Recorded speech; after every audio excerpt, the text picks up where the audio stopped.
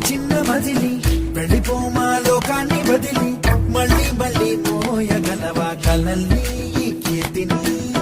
గమ్యం నీ ఊహల జననం శోధనలో సాగేది గమనం ప్రయాణమే ప్రాణం కాదా గెలుపుకి ప్రతి మలుపుకి ప్రతిరోజు ఉగాది కాదా ఉషస్సు నీవైతే ప్రపంచనం సృష్టిస్తావు ప్రతిభే చూపిస్తే ప్రకాశం రోజు ప్రశాంతం